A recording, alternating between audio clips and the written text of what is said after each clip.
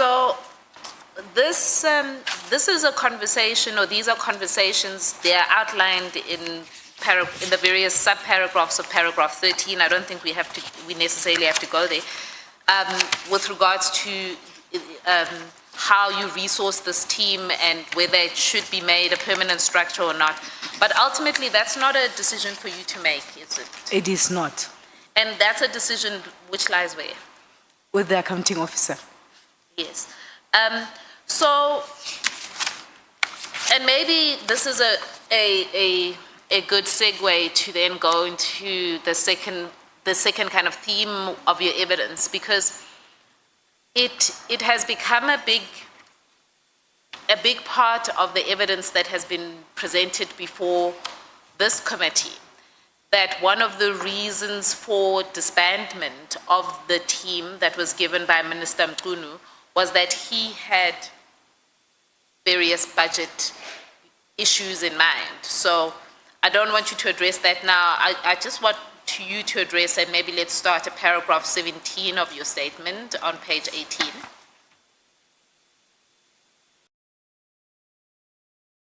Okay. So at this point, Minister Mchunu becomes the minister in charge of the SAPS at, when is it? Is it end of June, early July? And do you have any interactions with Minister Mchunu?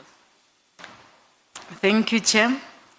Like any other executive authority that will then be appointed to head the vote police, vote 28, Minister Mchunu became the executive authority for SAPS after the elections in the 7th administration. As part of the executive management of SAPS, we were requested to then embark on meetings to assist with the orientation of the new minister together with his team. And these meetings, or the orientation meetings, would have been arranged by ministry through the Office of the National Commissioner. And we will be invited from various environments to ensure that then we present certain reports that would have been required. During the minister's orientation, I was requested by the National Commissioner to make reports and presentations on the overall budget framework as well as the department's budget.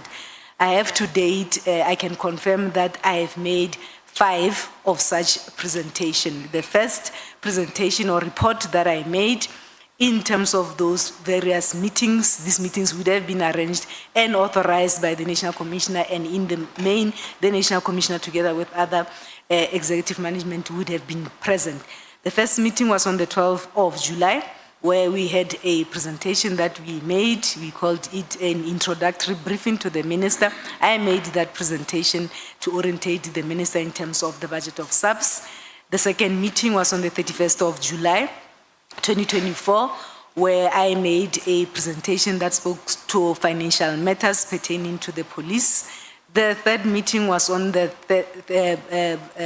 follow-up meeting was on the 14th of August. This was a follow-up of a meeting that had taken place on 31 July because there would have been questions and other issues that the minister would have raised. So we then conducted the follow-up meeting on the 14th of August. There were issues, concerns raised on issues of civil claims and other cost pressures. And then the next follow-up meeting, this is now following up the meeting that took place on the 14th of August, was a meeting that was held on the 12th of September 2024, where there were other instructions or expectations, issues such as the financial pressures. The minister wanted to know the split between head office as well as provinces, issues of capacitation of crime intelligence and other important environments. The last meeting that I've had with the minister, authorized by the National Commissioner, was on the 6th of June 2025, where we are then taking the minister through the apportioning of the 2025 budget in this regard. And I can confirm. So just to take one step back. So the minister, when he gave his evidence, he explained that there was pretty much like a 6-month orientation session that was taking place within the SAPS starting from July when he took over as the executive authority. Yes. And what you are explaining is that during that orientation session, at various points, you were asked to make presentations to the to the minister, and you have attached in your witness statement the various presentations that you made to the minister in relation to various financial and budgetary issues relevant to the SAPs. Correct. So just over paragraph 19, can you read that and then just explain what your evidence is from there? Yes, I can confirm that all these 5 presentations that I've mentioned in paragraph 18 dealt with the budget framework, overall challenges as well as pressure points in the organization. None of these presentations dealt with the matters that are relating to PKTT. To our strategic presentations, there was nothing that we spoke about in these 5 presentations that related to the PKTT. So in these, so you're making these presentations, but they're at a very high level in relation to the overall SAPS budget and so on. That is correct. And even though your presentations may not have dealt with the PKTT, did the minister ever ask you in relation to budgetary issues and so on around, what is the budget implications of the PKTT, or express any concerns in relation to that? I have never spoken to the minister about the PKTT budget. All discussions concerning the allocation of funds to the PKTT are solely between myself and the National Commissioner as the accounting officer. The typical process, as I had indicated, is that the project leader would then apply for an extension of funding as well and submit this request. The submission will then go through various levels of approval, eventually ending up with the National Commissioner. I usually have these conversations with the National Commissioner during this process. We regularly discuss matters with all teams, including matters that pertains to intervention task teams as well as the PKTT. These are routine conversations between myself and the National Commissioner. My role then is to confirm whether there is funding. If there is no funding, we then have a conversation with the National Commissioner in terms of determining priorities or reprioritizing to ensure that we support this. These are the conversations that I have only with the National Commissioner. So these are conversations, as you say, that you have with the National Commissioner as the accounting officer in relation to how you allocate the budget, and that there were never conversations that were either that you had with the minister or that were ever raised with the minister in relation to how you're allocating the budget, how these task teams are essentially impacting the overall SAPS budget framework. The presentation for 2025 in terms of the apportioning of the allocation, it spoke to the apportioning of the allocation to all cost centers, but it did not touch on anything that relates to the PKTT. Okay. So, can you confirm, how did you learn about the disbandment? I had gone on leave from the 17th of December last year. That leave ended on the 10th of January 2025. So on the 2nd of January, while I was on leave, I learned of the disbandment. I think I saw something on one of the news outlets. That's how I learned about it. I was on leave. And General Dimpane, Advocate Zikalala, may we please take Honorable Ngola. Thank you very much, Chair. Just a follow-up, Chair, on the Minister being briefed about the budget arrangements of the PKTT. And it's very important, Chair, because the Minister bases strongly, amongst other reasons, that budgeting of financial costs of the PKTT were becoming too much. So has the Minister or the National Commissioner solicited any cost analysis of the PKTT from you? No, Chair. Have you ever been made to account on the cost effectiveness of the PKTT in the SAPS stock management meeting? No, Chair. Thank you very much, Chair. May proceed. Honorable Matthews. Also, just a follow-up or a question of clarity. There were 11, or there's 11 task teams. So did the minister also inquire about any of the other 10 at all? Like specifically on how much was spent? From me as a CFO, I have never. In those received- 5 presentations to him, there was no questions from him or his team? These were strategic presentations, Chair. I have never been requested to come and present in terms of the operations to the minister. For any of them? Okay, thank you. Noted. Thank you, Chair. Thank you so much. You may proceed. Thank you. So, as the committee members have already foreshadowed, it was a significant part of the minister's evidence before this committee that he had in mind these budgetary pressures when he wrote the disbandment directive and essentially issued it.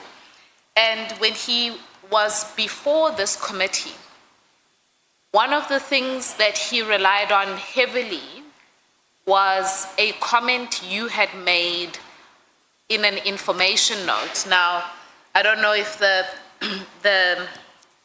committee members have that information note. It's in the annexures, but the comment is also set out on page 20, paragraph 23. The information note for those who want to look at the annexures is PPD 13 at page 105. And so, just to take one step back, this was an information note for the 2024, for the period 1 April 2024 to 31 March 2025. Is that correct? Correct. The information note was, as I see it, and I can pull it up quickly, was completed or was an application for funding that was done by General Kumalo. And that application for funding was then made, I think, in March. Let me check. Was made on the 26th of March, 2024. Is that correct? Do you have it before you? That is correct. So the comment that you made on that information note was essentially approved before the minister came into office. That is correct. And then, can you then take us through essentially what you were trying to explain in that comment? You've set it out in paragraph 23 of your statement, if you want to have a look at that. Thank you, Chair. Perhaps before I even get to my comment, I wish to state that I did not give anyone permission to utilize that information note. That information note was an information note requesting funding from the project leader to the National Commissioner, and it came to my table to then confirm if funding is available. I was shocked to hear about that information note being utilized in evidence in this regard. And nobody has ever asked me about the context of that particular comment that I had made on this information note. Nobody. And it is a conversation that I had had with the National Commissioner when that request for funding came to our table. The project leader requested 94 million. You will recall that this information note comes in March. Somewhere towards the end of March, you are trying to close a financial year 23-24, and you are getting to the new financial year. Can I just pause, because I think that is an important detail. The financial year for the end of the financial year is the end of March. It's the end of March, yes. So the information note comes on the 26th of March. Yes. So it's coming just before you are about to close your books, or I don't know what you close. Correct. Yes. It's coming just towards the closure of a financial year, and the Before that, Chair. May I Yes, proceed? there's a question, just. No, there was a point she was trying to articulate which she feels very strong about it. And she was interrupted that no one even asked her about it, and she was shocked to see. So I thought we must allow her to finish that ventilation. And then we can take forward the new question that she's talking about. Because this might be a platform where she feels she needs to express herself, and she has been sitting with this matter. And she must be given that opportunity. That is granted. Honorable, General Dimpane, can you conclude the point that you wanted to elaborate? I wanted to indicate that this is one of the many information notes or funding requests that will come to our table. This was a request that was made by the project leader, and it was submitted in March. This is a conversation that I have with the National Commissioner, and I make several observations and comments in this regard. And I get to be shocked when this information note is utilized as evidence and trying to portray a picture as if I was advocating for the disbandment of the political task team. It is taken out of context, and I believe that this is an important platform to then deal with the context in terms of this information note. I wish to state that I did not give anyone permission to use that or give anyone the physical document in this regard to use in their evidence. Now, this information note comes, it has been taken out of context. Then I make an observation to say we are closing a financial year. We are getting into the new financial year. Between April and May, we will be engaging in a process where we then allocate or a process of distributing resources to all cost centers in this regard. For the purposes of allowing this task team to then do their work, we agree with the National Commissioner that the initial allocation will then be 20 million. You will note that the project leader had requested 94. We agree with the National Commissioner that up until we finalize the internal apportioning of the budget, we will then confirm 20 million to allow for the team to work while we finalize the processes of internal apportioning. And those processes unfolded and they were concluded in May. And I can indicate to this committee that the allocation for the team for that financial year was not 20 million, it was 55. The 20 million was an initial allocation as agreed with the National Commissioner, and subsequently we then concluded the internal apportioning and decisions were taken, and additional funding was given to the team, and the total allocation for that year was 55 million. Now I raised these concerns to say the National Commissioner, this team has been in existence for a long time, and I think I have raised this earlier. It is impossible, it's practically impossible for me from a budget point of view to operate in this fashion. It will be best. And you will note that the last comment there I'm saying, task component OD, this is organizational development, to urgently conduct a work study investigation for the establishment of a permanent structure. And I'm talking to the permanent structure that relates to PKTT in KwaZulu-Natal. I had indicated that it was my view that this team was established to deal with the problems in KwaZulu-Natal. It's been 5 years. Clearly, this team is then dealing with a serious problem that does not want to go away. For us to be able to resource this team properly, let's have a permanent structure in KwaZulu-Natal. Of course, the National Commissioner has different views to say, not localized in KwaZulu-Natal. Perhaps when we deal with this and we come to that decision, it might be a team that is national to be able to deal with the similar problems in other provinces. Of course, he knew from an operational point of view, I'm assuming, that the scope of this team had expanded into other provinces. He had no obligation to share that with me. And ultimately, he then approved the initial allocation of 20 million. When we are done with the internal apportioning, then the total allocation to support this team for that year was 55 million. So the document has been out there, been discussed out of context, and nobody has ever reached out to me to say, what exactly did you mean by these comments? So I thought I would use this opportunity to then clear the air and clarify this. The allocation for that year was then 55 million with a total spending of 57.5 million at the end of that financial year. Thanks, Chair. Honorable Sangon. Thank you very much, Chair. General, on that issue that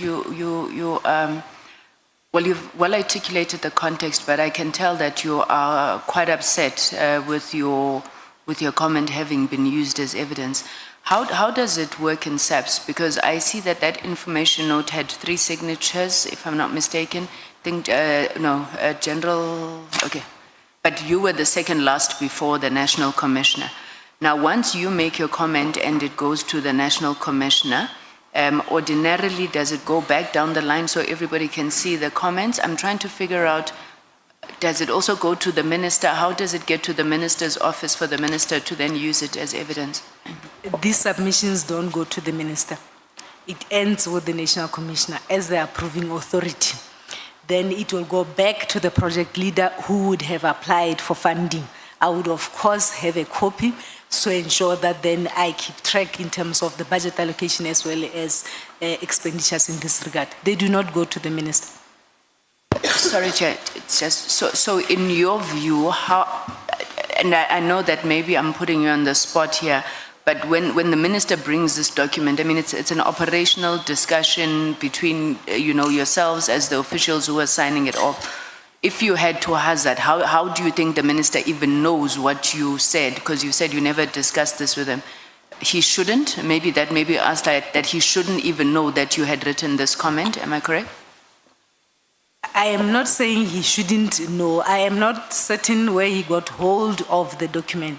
I'm simply saying that it should not then be utilized as if and creating an impression as if, as the CFO, I took the document and I went to the minister with the document. That is not what transpired. And I'm not saying he is not entitled to have a look at documents in the organization, but I certainly did not give him that document. When the document leaves my office, it goes to the National Commissioner. The National Commissioner will then approve it, goes back to the person who had requested funding. I would request a copy for purposes of my records as well as accounting properly. Probably the executive authority has access to documents and discussions in the organization, but I certainly did not give the minister that document, or General CBF for that matter.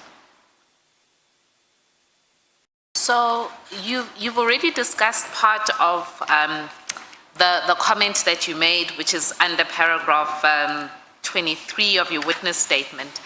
And this is just further clarification because a lot of emphasis in the evidence of both General Sibia and then subsequently the minister, and in particular the minister, was to say, and looking at the line just under paragraph 23 in the quote, 1, 2, 3, 4, the 4th line, where you say post-elections, the team must be deactivated as it has been in existence for the last 5 years. So there seems to have been the suggestion, and it was made in evidence, that you as the CFO had advocated for the disbandment of the team.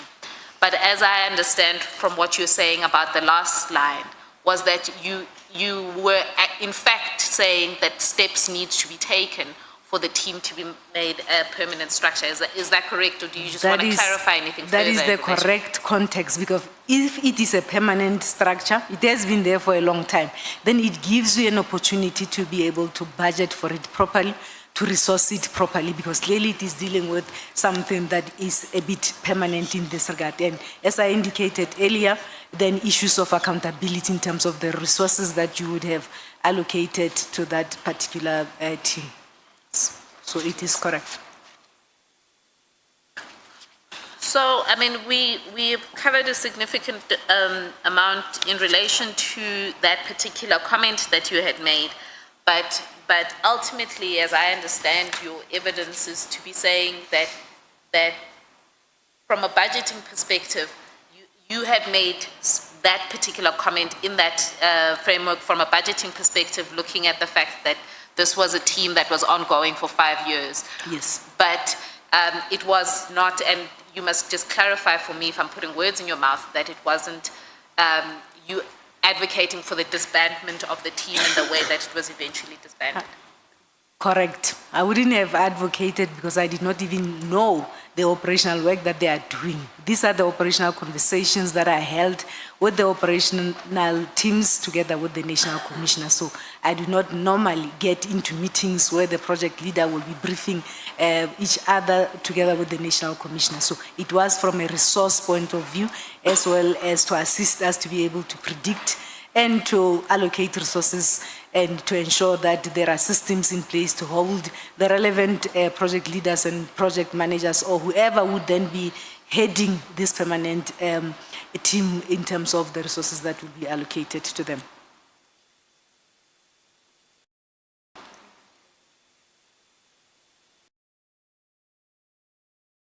If you can just give me a minute, I just wanted to confer with this.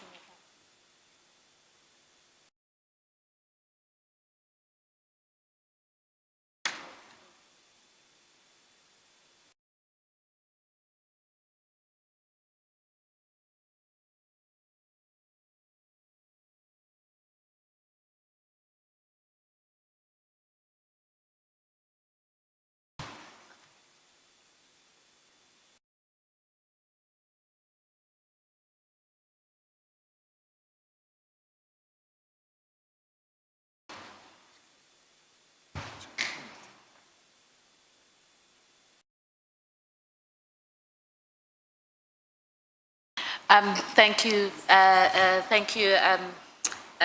General. I think in relation, and the AC had just wanted me to confirm with you that really the context within which this must be understood, certainly by the committee, is really from the budgeting point of view, and that it wasn't an operational decision.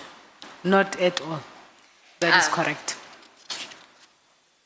So then that then largely leaves us with the third theme that you explore in your evidence in relation to the health risk services contract.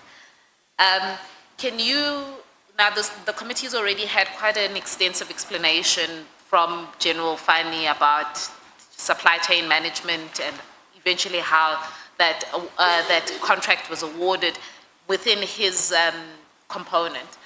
But can you then explain to the committee how you begin to intersect with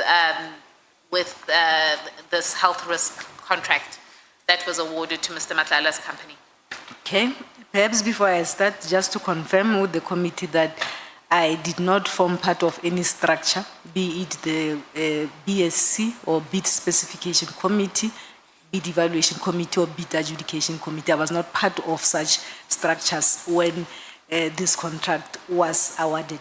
This was awarded by the BAC that is chaired by Lieutenant General Fani, and an SLA was signed by Lieutenant General Kua, who is the end user and who had requested these services to be procured on their behalf by supply chain management. I'm on leave in December. I have never formed part of any meeting that was called by the minister when the articles came out. I was not in office, I was on leave.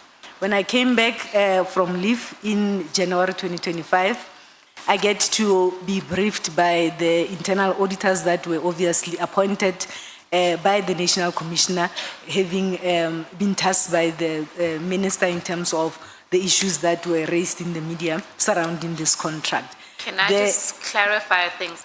The internal auditors come and brief you, or the internal auditors in your line department? The internal auditors reports directly to the accounting officer. However, it is an environment that I work with closely with the indication to say they understood the implication of this particular investigation. What implication will it have on the financial statements? You will note that this would have been the last quarter of a financial year, and we were preparing to close the financial year and subsequently to put together a set of financial statements. So I work very closely and coordinate the audit issues in the organization.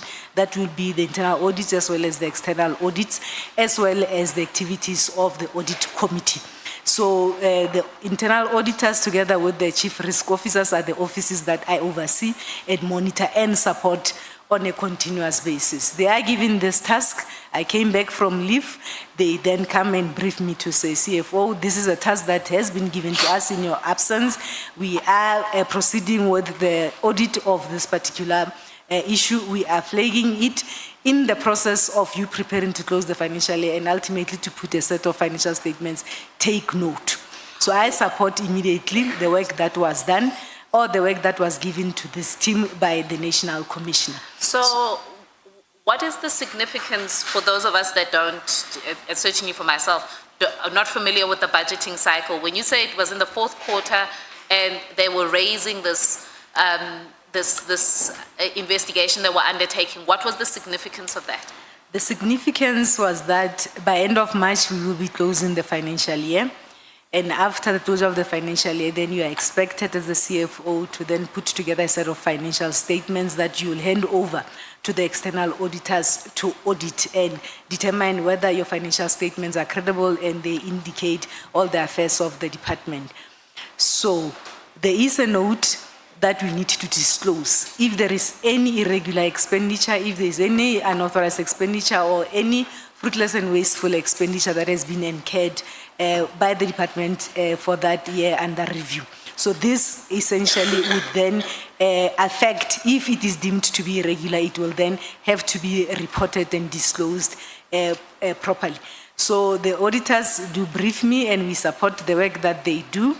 And in the first week of March, a formal preliminary report is given to myself as well as General Fanny to say the preliminary indication is that this contract is irregular. There's a possible irregular expenditure that you need to note.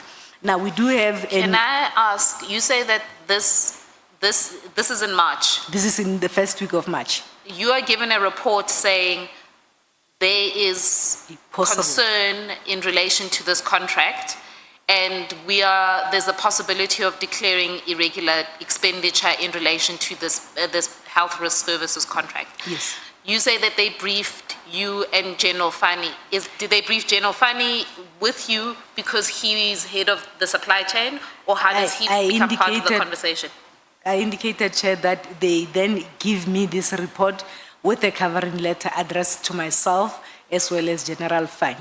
And the reason for that is that General Fanny is the custodian of the irregular expenditure register. So immediately, an assurance provider, be it the internal auditors or external auditors, flags a transaction as a possibly irregular expenditure, you are obliged to then report it and record it on the irregular expenditure as such. And in terms of the National Treasury Framework on irregular expenditure, you must then immediately ensure that you appoint somebody to then conduct a determination test to determine and come to a conclusion and confirm that either this indeed that has been flagged by the auditors is not correct or it is correct. So they had that indication. It was a formal letter that accompanied that report that was submitted to myself as well as General Fanny in this regard. So what I then did the following day, having been finished with this report that talks about the possible irregular expenditure, of course, we then requested supply chain management to uplift this transaction on the irregular expenditure register as a possible irregular expenditure. I then approached the National Commissioner to say, this is a contract that was awarded by the BAC that is chaired by General Fanny. The framework requires us to then determine and confirm that indeed this is irregular. I do not see that General Fanny will then deal with that particular process. So I need to assist you.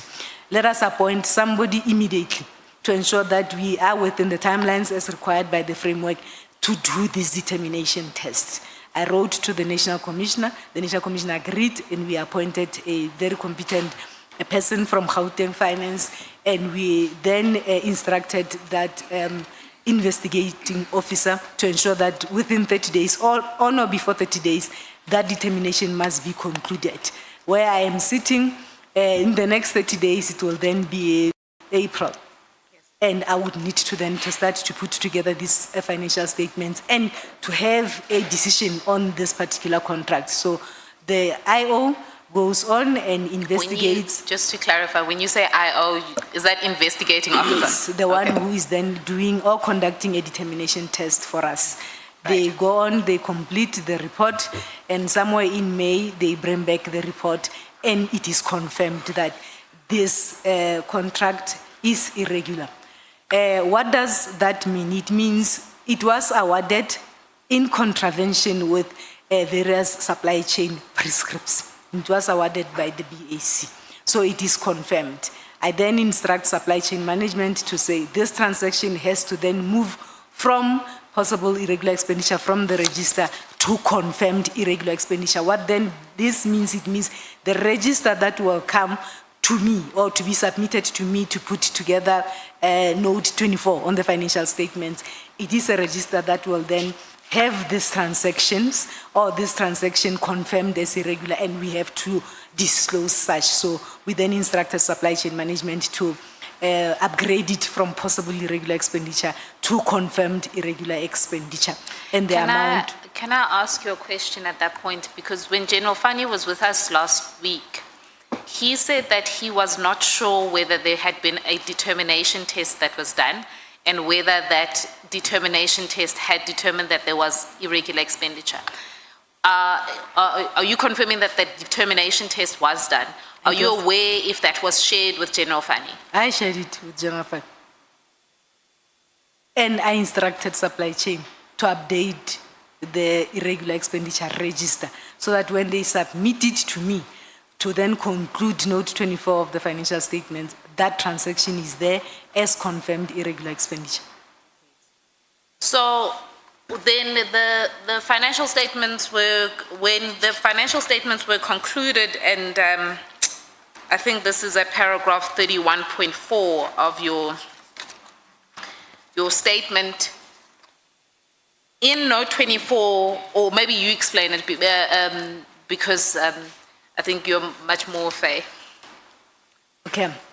So in the set of financial statements, you have different notes that you will then have to disclose these types of expenditure. For the purposes of these discussions, I will then refer to note 24. If the committee has gone through our financials, that note then requires us to disclose this. There is an amount of 466 million that we had disclosed as irregular expenditure that was confirmed for 24-25 financial year. Within that 466 million, this contract constituted 48 million. These were all the payments that were made from August, if I am correct, since the inception of this contract. So all of them, as per the recommendation of the determination test, to say this contract was awarded irregularly, therefore any expenditure that would have been incurred since the inception of this contract is then deemed irregular. So those figures amounted to about 48 million.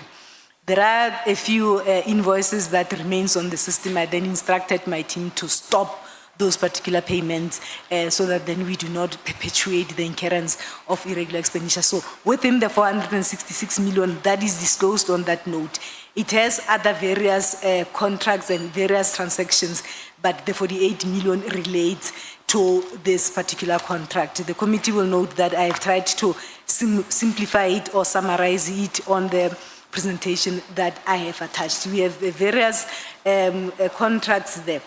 On Just the give us the page number, the page number that you're looking at in the annexes. Can I be given a few seconds? I will assist you. I think it's page 389 of the annexes, annexure PPD 24.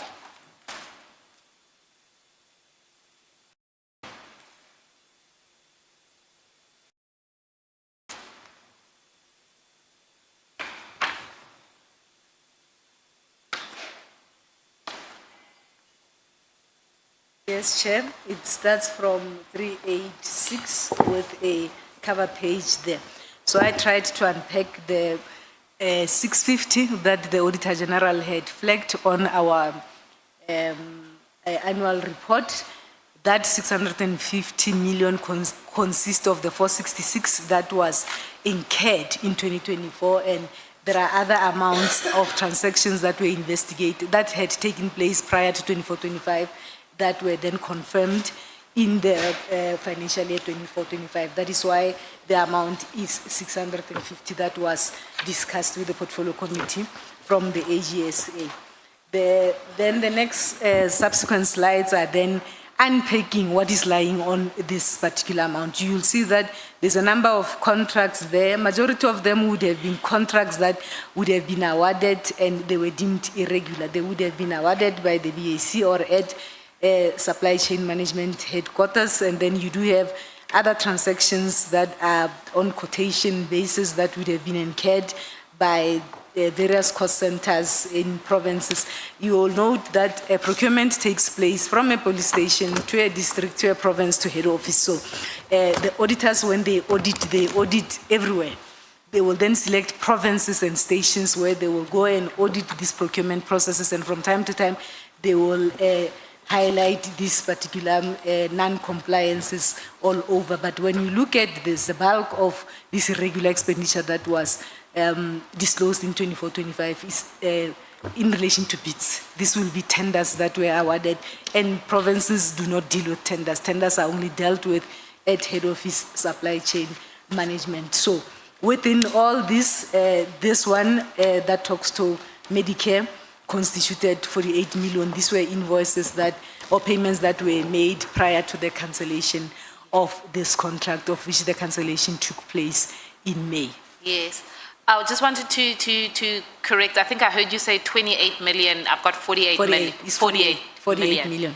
So out of the overall 460 that's disclosed in note 24, 48 million of it relates to this contract. Yes. Yes. And what I understood you to also be saying is that of the bulk of the irregular expenditure that sits in the SAPs relates a lot to issues of bids and tenders. Yes. And those are issues that come mainly out of head office in relation to the supply chain management department. That is correct. And we are, could you then discuss what steps now have been taken? Because we know an internal audit has been done and was completed in April. And in your evidence, you now explain that what you've also had to do was declare the irregular expenditure, and that was done with the financials of the last financial year. Can you take us through what further steps have now been done in relation to this contract to be able to get to some accountability? Okay. So we then disclosed this as irregular prior to the submission of the financial statement, and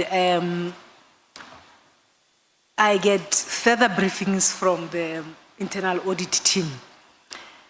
And we were of the view that, when it comes to irregular expenditure in subs, there seemed to be lack of accountability, and the consequence management is not real. You have irregular expenditure taking place all over. Managers appointing people to do disciplinary investigations, and the disciplinary investigations, when they come out, the outcome is that a person must receive a written warning, a person must receive corrective counseling. So these, according to me, are not real consequence management, because they do not deter this behavior. That is according to me. You have people who are doing procurement and breaking the rules of procurement. The question is this deliberate? Are people breaking procurement rules deliberately to commit fraud? So this is a problem. This is a culture in subs where irregular expenditure, you will find that there's no seriousness and accountability on it. So having an experience of some of these transactions where investigations were done and the outcome had said nothing must happen to a person, or a person must get a written warning, and so on and so on. We as myself as the CFO and other structures such as the audit committee, the internal auditors, the risk management, this is a concern, because if we do not deal with irregular expenditure decisively and ensure that there is real consequence management, we'll never be able to resolve this. People will continue. We do not know whether they deliberately break these procurement rules with the intention of committing fraud. Then myself and the Chief Risk Officer, we approached the National Commissioner. We said, National Commissioner, this particular contract has caused a lot of harm for the department. There is reputational damage. The department is in disrepute. Yes, we have disclosed the 48 million as irregular, but we can't go on in this particular fashion. So we will need to get to the bottom of this in terms of identify where were the lapses and who was responsible for this, because the damage is too much. We then advise the National Commissioner to say, avoiding the risk of appointing somebody to then do an investigation and come back and tell us that somebody must get a written warning. Let's rather pursue this forensic audit investigation.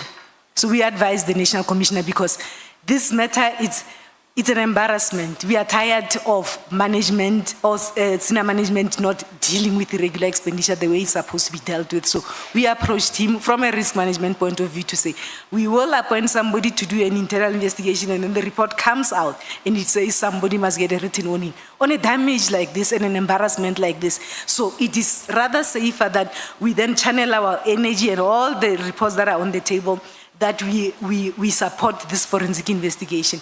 This forensic investigation is dealt with by experienced people who will be able to unearth this maladministration that has happened here and give us the real people who must be held accountable, with the possibility of recovering of monies in this particular regard. And the National Commissioner supported us in that regard. That forensic investigation is in the reporting phase and is being concluded, and we are looking forward to the outcome of that report so that then we can implement real consequence management and serve as an example or as a deterrence, so that then we are seen to be serious in terms of these particular issues, because it starts small, breaking the rules in terms of quotations, and then it grows. And if you are not going to deal with this as a department decisively or ensure that we implement real consequence management, then we are going to have a problem.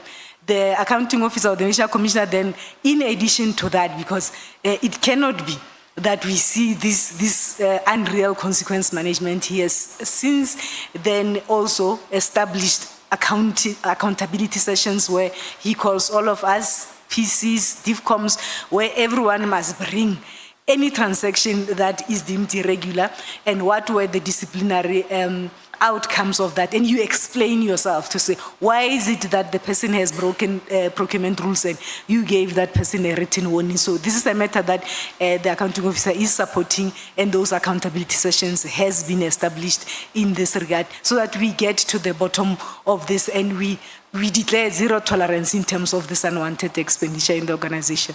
Thank you. Chair, I think now is the lunch adjournment. Can I just indicate for purposes of the committee that I possibly only have another 5 minutes with this witness, and I'm in your hands with whether you want me to complete it now or to complete it after lunch. You need how many minutes? 5. To conclude. I just want to invite the witness to conclude. Yeah, no, that should be granted. Honorable Malam. I think she must be granted that 5 minutes. Yeah. No, we agree. Thank you. General Dimpane, you've taken us through, so I have 2 quick questions. The first is, we've had 2 witnesses, or 1 witness. The National Commissioner has referred to this forensic report. General Fani has referred to the fact that this forensic report. Could I ask you, would you be willing to make an undertaking that once that forensic report is made available, that it's also shared with the committee in order to be able to inform the committee of what exactly went wrong with regards to the health risk tender? Certainly, with the approval of the accounting officer, that report could be made available to the committee. When do you anticipate that this forensic investigation will be concluded? It has been indicated that next month, which is December. I believe before Christmas that report will be here. Yes, so in the next 2 or 3 weeks, that forensic report investigation will be concluded. General Dimpane, is there then anything that you want to be able to highlight? As I've indicated, I'm in a position where I feel we've covered your evidence, but is there anything else before I hand you over to the committee? Yes, perhaps I did not conclude on the issues of irregular expenditure. I touched on the 466 million, I touched on the 650. There is also an indication from the AGSA that there's a 2.4 billion that is not dealt with. And this has been reported and discussed at the level of the portfolio committee. Perhaps I wanted to then also give an overview in terms of what is this amount all about and what are the concerns of AGSA. In 2019, when I took over the reins as a CFO, this department was struggling with a qualification audit of opinion from AGSA, I think for 3 years. And one of the main reasons for such, it was the issues of irregular expenditure. There was an indication to say it might be that the department is understating or under-disclosing irregular expenditure to the tune of 900 million. And therefore, the Auditor General was unable to give this department an unqualified audit opinion. So this is a project that we undertook when I took over.